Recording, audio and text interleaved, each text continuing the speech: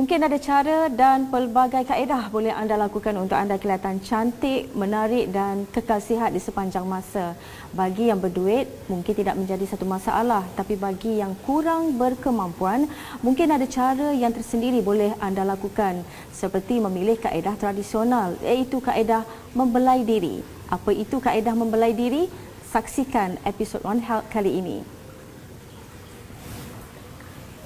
Memperjuangkan kaedah amalan tradisional di zaman moden di rumah bukan sahaja dilakukan ketika dalam pantang, tapi adalah penting mengamalkannya selalu sehingga usia meningkat.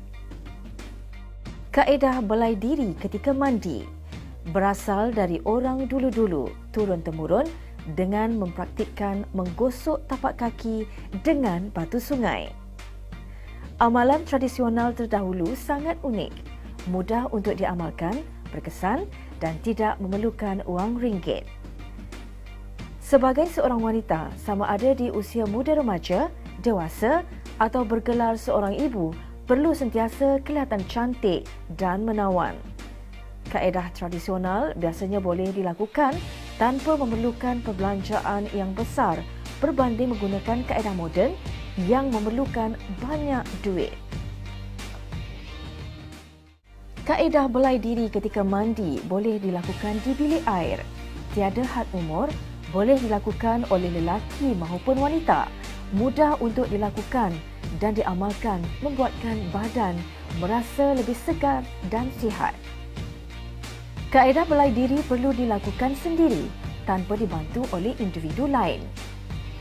Bagi wanita, kaedah belai diri jika dilakukan di samping mengamalkan minum apel hijau yang dicampurkan dengan daun sambung nyawa dapat melangsingkan badan.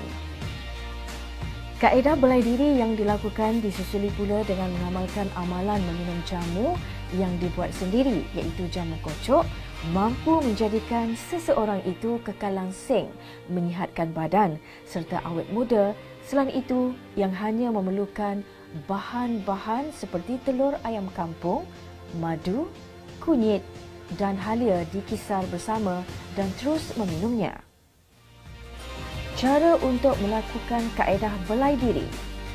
Pertama, sentuh kaki dengan menggunakan sedikit air. Kedua, mulakan urutan pada tapak kaki dengan kaedah refleksologi, gunakan cara dengan lembut. Ketiga, urut bahagian tapak hingga ke belakang, kemudian urut pula bahagian pangkal peha turun ke bawah sampai lutut, kemudian naik ke atas. Keempat, kaedah belai diri ini dilakukan sambil duduk meluncurkan kaki dan lakukan sehingga beberapa kali. Kelima, buat pusaran bahagian kelangkang peha, urutkan secara putaran. Keenam, kemudian berdiri urut bahagian pinggul belakang dari bawah ke atas sampai ke pinggang. Ketujuh, buat urutan bahagian tulang dan ditekan-tekan. Kelapan, urut bahagian belakang dan disusuli dengan urutan ke sisi perut. Kesembilan, kemudian urutan bahagian belakang dituruti dengan urutan ke sisi perut kiri. Kesepuluh, urutan seterusnya diurut dari bahagian depan ulu hati, urut secara bawah perlahan-lahan sambil menarik nafas terus ke bahagian pusat. Kemudian dilakukan berulang kali. Ke-11, urutan kaut menggunakan kedua tapak tangan kanan dan ke kiri di perut. Ke-12, tepukkan perut naik ke atas, urut dengan teknik cakaran harimau dengan beberapa kali. Ke-13, bahagian lemak di perut dicubit-cubit beberapa kali. Ke-14, untuk wanita, urutkan payudara dengan bulatan kecil di bahagian dada. Ke-15, urutan juga perlu di bawah ketiak. Urutan dilakukan secara pusar-pusarkan lengan dan tangan. Ke-16, urutan juga perlu dilakukan dari bahu ke tengkuk dan terus ke kepala sambil berselawat. Sambil itu, jangan lupa tarik-tarikkan juga rambut. Ianya akan menjadi seseorang individu itu merasa lebih lega. Dan akhir sekali, ke-17, buat senaman renggangan beberapa kali. Dan ketika mandi, mulakan meletak air dari kaki hingga ke bahagian seterusnya. Okey, sebenarnya kaedah belai diri ketika mandi ini ia dilakukan oleh orang tua dulu ketika balik pada bendang lah sawah jadi mereka mandi di telaga. Diorang akan urut kaki diorang dengan batu sungai, bermula daripada tapak kaki, lepas tu urut ke betis, baru satu badan. Orang tua dulu dia amalkan mandi daripada mula tapak kaki. Kaedah-kaedah yang telah saya amalkan ini dah berpuluh tahun. Saya jadikan modul bengkel yang saya anjurkan, diberi nama belai diri, cantik luar, cantik dalam. Kaedah belai diri boleh dilakukan oleh individu lelaki dan wanita. Tiada had umur, tidak memerlukan perbelanjaan, boleh dilakukan ketika hendak mandi. Individu perlu melakukannya sendiri.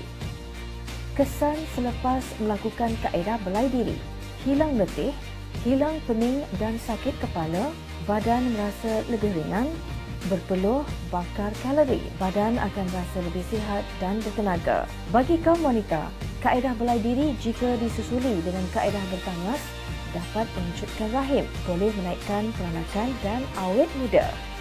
Bertangas boleh dilakukan pada bila-bila masa yang sesuai dan tidak semestinya dilakukan ketika wanita dalam tempoh berpantang. Okey, kalau saya tanya pada ibu-ibu ibu-ibu kita yang telah jadi ibu kan, bila masa diorang buat bertangas, diorang kata masa dalam pantang, sebenarnya silap. Bertangas itu selepas pantang perlu dibuat tiap-tiap bulan ataupun dulu sekali untuk kesihatan badan kita, di mana pengeluaran toksid melalui peluh yang kita keluar tu boleh menyihatkan tubuh badan kita, dan ini tidak dilakukan oleh wanita kita. Jadi kalau diorang pergi ke spa, diorang boleh belai diri melalui hot blanket. Kenapa kita tidak boleh belai diri di rumah saja? Maksud saya, kaedah belai diri saya ini, saya mengajar mendidik ibu-ibu kita membelai diri di rumah tanpa mengeluarkan wang yang banyak. Makna kita belai diri kita sendiri dengan jari jemari kita. Maknanya kita kena rajin, beramal, dan kita mesti ada ilmu. Jadi bila kita buat amalan itu, kita akan dapat kesannya bila usaha meningkat. Bagi anda yang berminat untuk mengetahui kaedah belai diri dengan lebih lanjut, anda bolehlah ke FB Al-Zatra.